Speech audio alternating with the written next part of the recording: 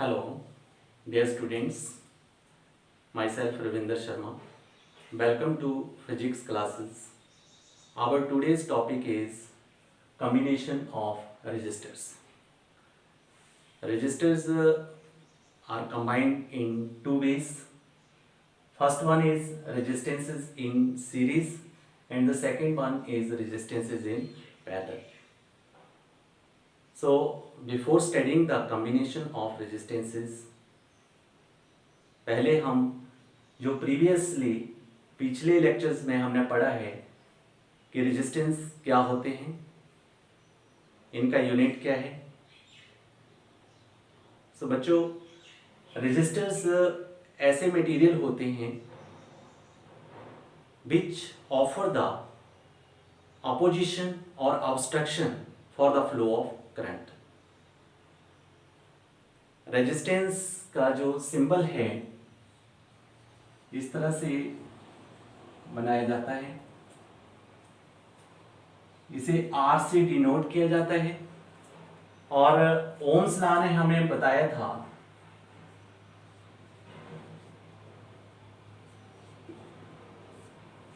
कि whenever we apply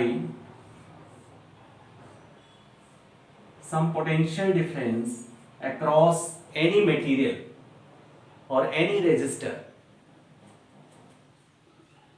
then current flow through the conductor is directly proportional to the applied potential difference.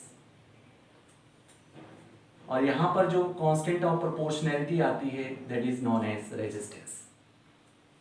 सो यहाँ पर R जो है it is equal to V upon I और ओम के नाम से ही रेजिस्टेंस की यूनिट दी है ओम, इसके ऐसे भी डिनोट किया जाता है इसे, और इसकी जो सेकेंड यूनिट होती है वोल्ट पर एम्पियर।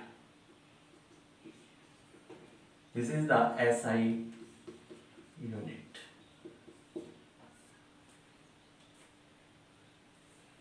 रेजिस्टेंस अदर फैक्टर्स पे भी डिपेंड करता है, जैसे physical conditions like temperature, dimension, length, area, जो कि आप प्रीवियस लेक्चर में पढ़ चुके हैं। So let us study the combination of resistances in series.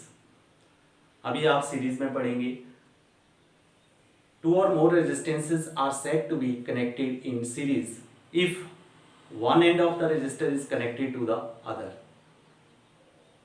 and the current through each resistor is same. जैसे suppose there are three resistors of resistance R1, R2, R3,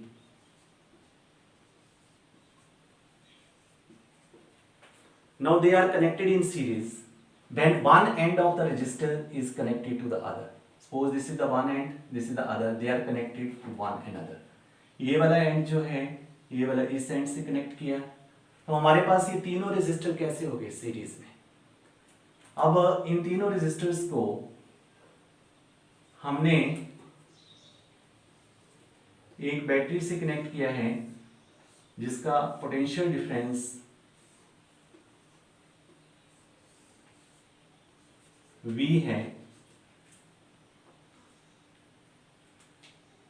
और इस बैटरी के कारण suppose current I in resistance के across flow कर रहा है। अब ये रेजिस्टेंसेस सीरीज में होंगे, इट मींस कि इन सभी के अक्रॉस सेम करंट फ्लो करेगा, लेकिन जो पोटेंशियल डिफरेंस है हर एक रेजिस्टर के अक्रॉस क्या होगा, डिफरेंट होगा।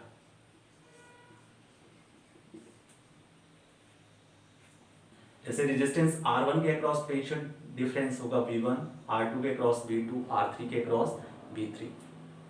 Now according to Ohm's law से आपने पढ़ा है कि potential difference V is equal to क्या होता है IR। इसलिए जो R1 रेजिस्टेंस है इसके अक्रॉस पोटेंशियल डिफरेंस क्या होगा V1 is equal to I R1। इसी तरह से R2 रेजिस्टेंस के अक्रॉस क्या होगा, V2 is equal to I R2। R3 के अक्रॉस क्या होगा, V3 is equal to I R3। As these potential drops is due to this battery of potential difference V, so V is equal to क्या होगा, V1 plus V2। ये V1 V2 V3 कहाँ से आए हैं, ये due to battery of potential difference V है, तो इसलिए V is equal to V1 plus V2 plus V3। अब हम V1 V2 V3 की वैल्यू पुट कर देंगे, जैसे I R1 plus I R2 plus I R3। I को हम कॉमन ले लेंगे, जब I को कॉमन लेंगे तो अंदर बच जाएगा R1 plus R2 plus R3, give it number 1। अब हम सपोज कर लेते हैं कि ये जो कॉम्बिनेशन ऑफ रेजिस्टर्स है इसका जो इक्विवेलेंट रेजिस्टेंस है, जैसे ये सपोज ए बी पॉइंट जो हैं इनके बीच में हमने तीन रेजिस्टर R1 R2 R3 जोड़े हुए हैं, इन तीनों रेजिस्टर्स का इक्विवेलेंट रेजिस्टेंस जो है वो RS है इन सीरीज कॉम्बिनेशन।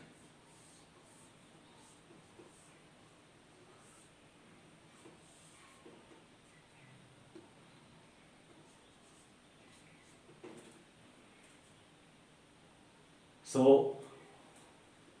हियर यहां पर क्या हो जाएगा, by Ohm's law again B is equal to I RS।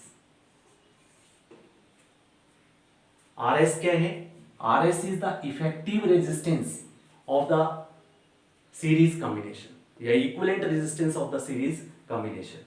अब हमारे पास इक्वेशन 1 और इक्वेशन 2 का लेफ्ट हैंड साइड क्या है, बराबर है, इसका मतलब राइट हैंड साइड भी क्या होगा, बराबर होगा। I RS is equal to I R1 plus R2 plus R3। अब यहाँ पर लेफ्ट हैंड साइड में I राइट हैंड साइड के I को काट देगा तो हमारे पास RS क्या बचेगा, R1 plus R2 plus R3। तो हमने ये कंक्लूड किया कि जब हम सीरीज में रेजिस्टर्स को जोड़ते हैं तो जो इक्विवेलेंट रेजिस्टेंस है वो हमारे पास sum of the algebraic sum of the individual resistors होता है। इसलिए जब कभी भी हम किसी सर्किट में रेजिस्टेंस को बढ़ाना चाहते हैं तो हम रेजिस्टर्स को कैसे जोड़ेंगे, सीरीज में जोड़ेंगे। क्यों, क्योंकि सीरीज में जोड़ने से उनका वैल्यू जो है वो क्या होती है, एड अप होती है, वैल्यू बढ़ती है। Now the next way of combination is the resistances in parallel. Two or more resistances are said to be connected in parallel if one end of all the resistors connected to one common point and the other end is connected to the other common point and the potential difference across each resistor is same. This is the notable point. जैसे आपने series में पढ़ा कि series में जब आप resistors को जोड़ते हैं तो हर एक रेजिस्टर के अक्रॉस करंट सेम रहता है लेकिन पोटेंशियल डिफरेंस क्या होता है, डिफरेंट। लेकिन जब आप पैरेलल में जोड़ते हैं तो रेजिस्टर के अक्रॉस जो करंट है वो डिफरेंट होगा लेकिन जो पोटेंशियल डिफरेंस है वो सेम होगा and that is equal to the applied potential difference. बिल्कुल सिमिलरली जैसे आपने पीछे पढ़ा हम 3 रेजिस्टर्स ले लेंगे, जैसे हमने पहले लिए थे, सपोज हमने ये 3 resistors, first one is of resistance R1, the second one is of resistance R2 and the third one is of resistance R3। These are the 3 resistors जिन्हें हम पैरेलल में जोड़ना चाहते हैं। तो पैरेलल में जोड़ने के लिए मैंने क्या बताया कि one end is connected to common point, जैसे ये ए पॉइंट है, ऑल द रेजिस्टर्स एक एंड, और दूसरा एंड है वो अदर एंड से सभी का कॉमन जोड़ा जाएगा and these two ends are connected to the battery having potential difference V। अब इस बैटरी के कारण यहाँ पर करंट I फ्लो कर रहा है। अब इस जंक्शन A के ऊपर ये करंट क्या हो गया, ये डिवाइड हो गया अकॉर्डिंग टू देयर रेजिस्टेंस। जैसे रेजिस्टेंस R1 है तो यहाँ करंट I1 फ्लो कर रहा है, ये रेजिस्टेंस R2 है तो यहाँ पर करंट I2 फ्लो कर रहा है, ये रेजिस्टेंस R3 है, यहाँ पर करंट I3 फ्लो कर रहा है। In parallel combination, the current through each resistor is different, I1, I2 and I3, but the potential difference is same, and that is equal to applied potential difference.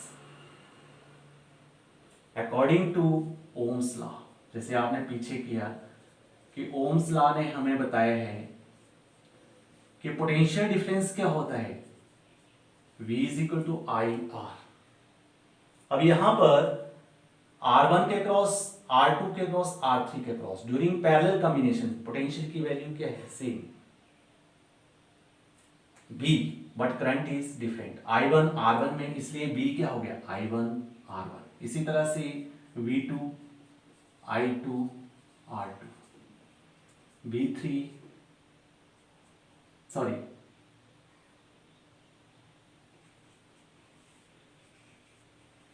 B same रहेगा, B is equal to I1 R1, B2 is B is equal to I2 R2, B is equal to I3 R3। Here I1 is equal to V upon R1, I2 is equal to V upon R2, I3 is equal to V upon R3। As ये जो I1, I2, I3 हैं, ये किससे, I से हैं, तो ये I is equal to क्या होगा, I1 plus I2 plus I3। इसे हम किरचॉफ के फर्स्ट लॉ से भी प्रूव कर सकते हैं, जिसे हम जंक्शन रूल भी बोलते हैं, वो आप नेक्स्ट लेक्चर्स में पढ़ेंगे। अब हम पुट करेंगे वैल्यू I1 की, it is equal to V upon R1, I2 V upon R2, I3 V upon R3।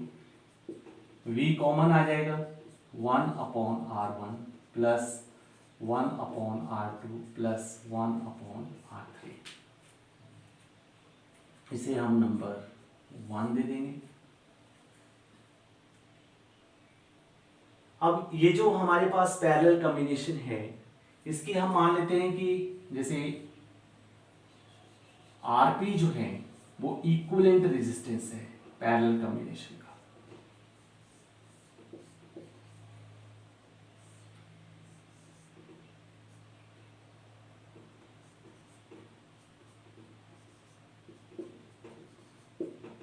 हम मान लेते हैं कि RP is the equivalent resistance of parallel combination.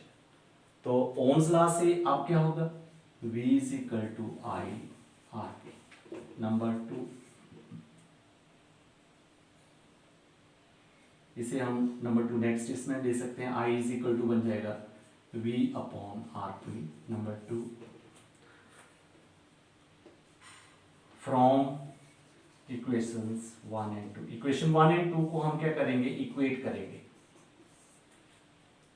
Equation 1 में हमारे पास है V अपॉन RP, और इक्वेशन 2 में है B अपॉन RP, और इक्वेशन 1 में है B into 1 upon R1, 1 upon R2 plus 1 upon R3। Left hand side का B राइट हैंड साइड के B को काटेगा, और लास्ट में आपके पास रिजल्ट आ जाएगा 1 upon RP is equal to 1 upon R1 plus 1 upon R2 plus 1 upon R3.